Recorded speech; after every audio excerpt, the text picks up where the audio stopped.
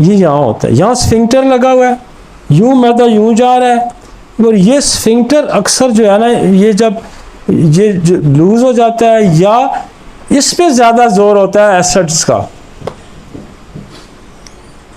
इस पे ज़्यादा जोर होता है। जब एसिड्स या कोई खुराक आप रिफ्लेक्स आना शुरू होता है वापस आने, तो स्फिंक्टर बेसिकली कमज़ोर हो जाता है और ये पेन यहाँ ही हाइटस हर्निया भी आ जाएंगी। तो ये वो जगह है जहाँ पेन बहुत ज़्यादा है। और यहाँ पहली दवाई जो आती है वो नक्स वमीका आती है। अब नक्स वमीका हमने क्यों इसलिए बताई कि हमारा अर्बन एरिया जो है उसका तो रोज़ का एक नहीं तो दूसरे दिन खाना बाहर ज़रूर वो खाता है, और ये होटल वाले की स्वाबदीद है कि वो उसको क्या खिलाता है। लिहाजा उसके अंदर होटल टेस्ट डेवलप करने के लिए ज़ाहिर है उसने उसकी रेसिपी में बहुत सारी ऐसी मसाले डालेगा, बहुत सारी ऐसी चीज़ें डालेगा जिसके लिए आपको ज़ुबान का टेस्ट डेवलप होगा, आप उसके पास जाएंगे। तो पहली दवाई नक्स वमीका है। जो भी डाइजेस्टिव सिस्टम का आपको कंप्लेन लेके बंदा आएगा, पहली दवाई नक्स वमीका है। एक तो इस वजह से नक्स वमीका, और बहुत सारे लोग घर में बुखार हुआ तो पैरासीटामोल खा ली, डिस्पिन खा ली, कुछ खा लिया। ओ जी मैं डॉक्टर साहब कल मुझे बुखार था तो मैंने 4 पैनाडोल खाई हैं, तो क्या हुआ? ओ जी बुखार ले गया जी, लेकिन मैदे का दर्द शुरू हो गया। तो फिर भी आपका नक्स वमीका। हमने तो 40-50 पुड़ियाँ बना के रखी होती हैं हर वक्त रेडी, जो भी बंदा आता है पहली दवाई हम उसको यही खिलाते हैं। तो नक्स वमीका आपकी फर्स्ट स्ट्राइक मारनी है आपने। और बहुत सारे मरीज जो है ना इसी से ठीक हो। अक्सर मरीज कहते हैं जो पहली पूड़ी खिलाई थी ना आपने, मैं उसी से ठीक हो। तो 2 साइडें कवर करेगा कि आपने गलत खाना खाया है, आपने कोई गलत दवाई खाई है, तो नक्स वमीका करेगी। और उसके पास सेकंड चॉइस आपकी आती है, हम पल्सटीला का इस्तेमाल करते हैं। पल्सटीला का इस वास्ते इस्तेमाल करते हैं कि इंसान जो है वो जब टेबल पे बैठता है तो वो फिर छोड़ता कोई नहीं है, ये भी खा ले, वो भी खा ले, वो भी खा ले, ऊपर से पेस्ट्री भी खा ली, उसमें मिठाई भी खा ली, ऊपर से आइसक्रीम भी खा ली, ऊपर से पेप्सी भी पी ली। तो पल्सटीला बेसिकली मिक्स चीज़ें जब आप बहुत सारी खा लेते हैं तो फिर आपको स्टमक में पेन होता है। तो हमने तो पता है अर्बन एरिया के लिए रखी ही है। हम, मेरा दोस्त है डॉक्टर तारक, वो भी गिनता है नक्स पल्स, नक्स पल्स। हम नक्स पल्स पे रखते हैं, नुक्स पल्स का है। तो बेसिकली जो नुक्स है ना वो नक्स और पल्स का है। तो बड़ा सादा सा आसान सा कुलिया है कि अर्बन एरिया का जो मरीज है उसकी खुराक, उसकी ज़बान को आप नहीं रोक सकते। उसने इधर समोसा खा लेना है, इधर ये कुछ खा लेना है, कुछ ना कुछ उसने दिन को दफ्तरों में काम करते हैं, बर्गर मंगा के खा लेंगे, कुछ ना कुछ खा लेंगे, चाट खा लें, कुछ ना कुछ उनकी इस तरह की हैबिट है ही है। तो ये फिर नक्स और पल्स ही ठीक करेगी। और फिर ये जो स्पेसिफिक एरिया है ये है एबस नाइगरा का। ये आप यूं भी कर सकते हैं, नक्स दें, पल्स दें और एबस नाइगरा दें, क्योंकि आप फास्ट जल्दी में है, मरीज भी जल्दी में है, डॉक्टर भी जल्दी में है, भाग भी ना जाए, तो आप यूं भी कर सकते हैं। नक्स की कॉम्प्लीमेंट्री पल्सटीला है, उसके बाद एबस भी। लेकिन यहाँ एक और बड़ी खराफात पैदा हो गई है कि जो हमारा पानी है उसके अंदर एक बैक्टीरिया बहुत ज्यादा पाया जाता है, एच पाइलोरी। तो यहाँ स्टमक का जो पेन आएगा उसके साथ आपको एच पाइलोरी का भी इस्तेमाल करना पड़ेगा। आप यूं कर सकते हैं, आप एक नक्स की डोज दें और एक एच पाइलोरी की डोज दे दें। और एच पाइलोरी पेन के साथ सबसे ज्यादा जो प्रॉब्लम क्रिएट करती है वो गैस्ट्राइटिस पैदा करती है। अक्सर मरीज जो है ना हमारे अर्बन एरिया के गैस का शिकार है। वो कहते हैं जी गैस है, डकार आ रहा है, बिल्च खा जाते हैं, पेट फूल जाता है जी। आप एच पाइलोरी का जब इस्तेमाल करेंगे आप ये समझें कि आपका ये पिया लग गया साथ। हमने जितने लोगों को भी कहा कि एच पाइलोरी का इस्तेमाल करें, आपके केस यूं क्लियर होते जाएंगे। लेकिन इसको करना नक्स के बाद ही है, क्योंकि नक्स बहुत सारे जो बैक्टीरिया की जो मेडिसिन है या इवन कार्सिनोसन को भी एंटीडोट कर देता है, ये याद रखें। इतनी गहरी दवाई है कार्सिनोसन, और उसका एंटीडोट ही नक्स वमीका है। लिहाजा इसको बाद में नहीं इस्तेमाल करना कि और पैच पे लोरी पहले दे दे। हालांकि हम पता क्या करते हैं, हम हमेशा नसोर्स को पहले इस्तेमाल करते हैं, लेकिन नक्स से पहले हम नहीं करते। नक्स से पहले नहीं करते। आप जाके उठा के देख लेंगे, नक्स जो है ना वो कार्सिनोसन को भी एंटीडोट कर देता है। इतनी बड़ी दवाई है। लिहाजा ये ध्यान में रखें कि मैं अक्सर ये कहता रहता हूं कि नसोड़ पहले देनी है, लेकिन नक्स से पहले नसोड़ पहले, नसोड़ को उड़ा के रख देगा। तो अक्सर लोग फेलियर में इसी भी जाते हैं कि नहीं जी वो नसोड़ का चूंकि इस्तेमाल, बिल्कुल नसोड़ का इस्तेमाल है, लेकिन नक्स से पहले नहीं। इवन कार्सिनोसन तक उड़ा देता है। इसलिए आप नक्स दे के एच पेलोरी दें, फिर जो आप दवाई देना चाहते हैं आप दें, आपका मसला हो जाएगा, पेन भी ठीक हो जाएगा, मरीज सुकून में भी हो जाएगा। फिर आपके पास वो अक्सर आके मरीज ये जरूर पूछे कि क्रॉस करता है या नहीं करता, या ये लोकलाइज है, लोकलाइज है तो एबज लाएगा, पीछे क्रॉस करेगा तो दो दवाइयां और ऐड हो जाती, चेरिडोनियम और बिस्मिथ। बिस्मिथ का भी दर्द यहां से पीछे बैक हो जाएगा। लेकिन बिस्मिथ और चेरिडोनियम में हम कैसे डिफरेंशिएट करेंगे? हाँ, बिस्मिथ के साथ वोमिट आएगी, वो कहेगा जी मुझे गाय बगाए डॉक्टर साहब उल्टी भी होती है, तो फिर बिस्मिथ कभी फेल नहीं होती। और बिस्मिथ को हमने एक और जगह बड़ा यूज किया है, रिफ्लेक्स में। ये रिफ्लेक्स में हम बहुत इसको यूज करते हैं कि जो बर्निंग, वो कहते हैं खट्टा पानी आ रहा है, उससे जो तेजाब ऊपर आ रहा है, बेसिकली स्फिंक्टर जब लूज होता है तो एसिड ऊपर उभर के आ जाता है और पूरी खुराक की नाली में बर्निंग पैदा करता है। हम पहले बर्निंग में आयरस वर्सिकुलर का इस्तेमाल करते थे, हम एंथ्रेक्सिनम का इस्तेमाल करते थे, हम जनाब उसमें रोबीनिया का इस्तेमाल करते थे, हम आर्सेनिक का इस्तेमाल करते थे, हम फास्फोरस का इस्तेमाल। लेकिन जब से हमने इसके मैकेनिज्म को समझा है,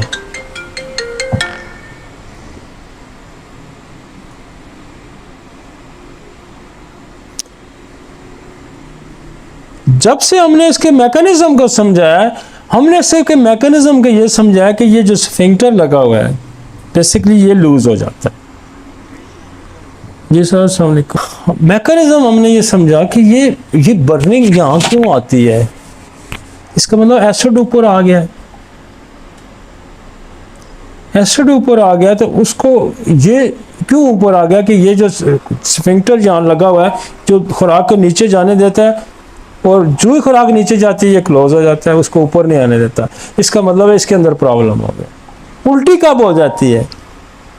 जब ये रिफ्लेक्स आता है तो वोमिट होती है। ये स्फिंक्टर ही खुलता है तो उल्टी। ये रिवर्स है बिल्कुल। जब इस पे बहुत ज्यादा प्रेशर पड़ेगा तो वोमिट करेगा, बाहर खाना आएगा। तो हमने इसी मैकेनिज्म को समझ के हमने यहाँ बिस्मिथ लगानी शुरू कर दी। हम मरीज ने पता क्या कहना, वो जी आप तो खट्टा पानी ऊपर आना बंद हो। बेसिकली हमने उस फिलोसफी पे काम किया कि ये रिफ्लेक्स से ऊपर आता है, स्फिंक्टर लूज और एसिड ऊपर आता है। क्या करती है? बिस्मिथ उल्टी करती है। और फिर यहां हमने एक और दवाई शुरू की, कैडमियम सल्फ, जो बेसिकली जो उल्टी किसी दवाई से नहीं रोकती ना, वो कैडमियम सल्फ रोक देती है। जो रिफ्लेक्स किसी दवाई से नहीं रुका, वो कैडमियम सल्फ ने रोक लिया और ये जलन खत्म हो गई। इसको कहते हैं बर्निंग पेन।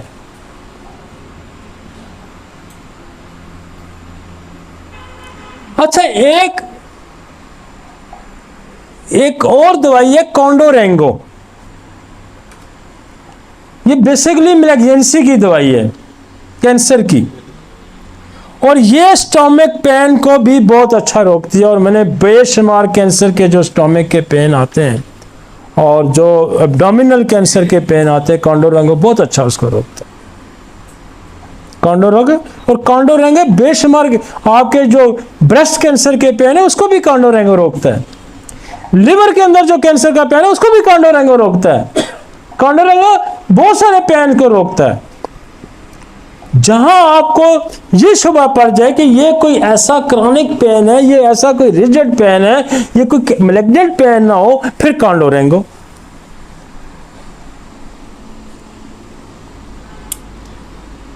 और फिर एक और दवाई है ओरेंथोगैलम।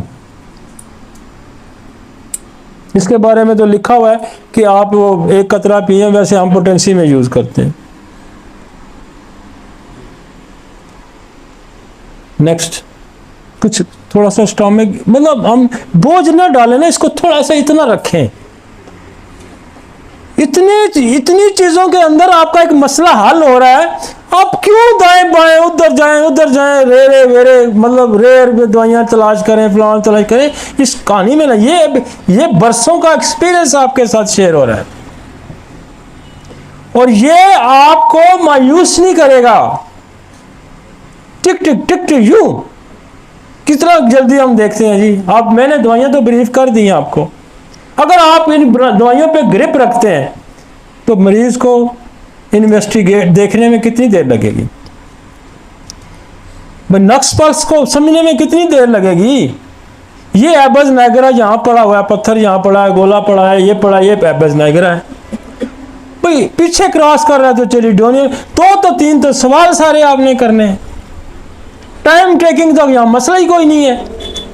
ओ भाई, जब मुझे कुछ नहीं आता था तो मैं टाइम ही लगाता था। जब बंदे को कुछ नहीं आएगा तो वो टाइम ही लगाएगा ना। वो क्या करेगा जब उसको पता ही नहीं है कि टिकट कहां से मिलना है, मरी की वैगन कहां से जानी है। वो पूछेगा पूरे शहर से, यार मरी का रास्ता तो 10। वो कहेगा मेरे को टाइम ही नहीं है, क्योंकि होम्योपैथिक डॉक्टरों को भी टाइम नहीं होता। वो कहते मेरे पास टाइम नहीं है। अच्छा, वो पूरा पता करके एक दफ़ा वो सीख जाएगा तो उसको पता ना जाए फलान जगह फैजाबाद अड्डा होता है, वहाँ टिकट लेना है, वैगन पे बैठना है, मरी पहुँच जाना है। तो बेसिकली ये वो रास्ते हैं जो हमने कोशिश की कि जिस तरह से हमने आसानी से कर दे। भाई मैदे को हमने डील करना है तो कितनी आसानी से हम डील कर सकते हैं। कितना, मैं कहता हूं नालायक से नालायक बंदा भी 5 मिनट से ज्यादा नहीं लगाएगा। क्या जरूरत है घंटों फिरते रहे। आप तब फिरेंगे कि आपको कख नहीं आता। ये याद रखें। जो डॉक्टर कहते हैं मैं 2 घंटे लगा के हिस्ट्री लेता हूं, उसको कख नहीं आता, कुछ नहीं जानता। और फिर 2 घंटे बाद कहेगा कल फिर आ जाना, और फिर अल्टीमेटली क्या करेगा, कंपाउंड दे देगा। यार क्यों लोगों को मतलब बेवकूफ बनाते हैं। प्रैक्टिस यो कि टिक टिक टिक टिक लगे। हाँ, दुनिया में खुदा ने इंसानों को मारना तो है भाई, उसको ना डॉक्टर अली रोक सकता है, ना हनीमन रोक सकता है, ना कोई अफलातून रोक सकता है, ना अरिस्तु रोक सकता है, ना नबी रोक सकता है, ना वली रोक सकता है। उसको कोई नहीं रोक सकता। जिसने मरना है, जिसने कुल नफ्सन जायकातुल, जिसने मौत का जायका चखना है, उसको आप नहीं रोक सकते। लेकिन जिंदगियों को आसान बनाने का ठेका आपको दिया खुदा ने, लेकिन वो प्रिंसिपल के तहत ही चलना होगा, वो असूलों के तहत ही चलना होगा।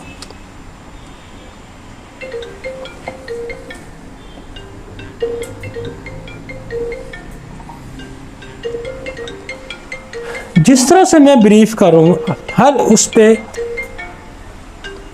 अगर हम ये समझ लेते हैं, ओके थोड़ा टाइम लगेगा, एक दफा हम समझ लेते हैं तो फिर हमें कोई मुश्किल नहीं है।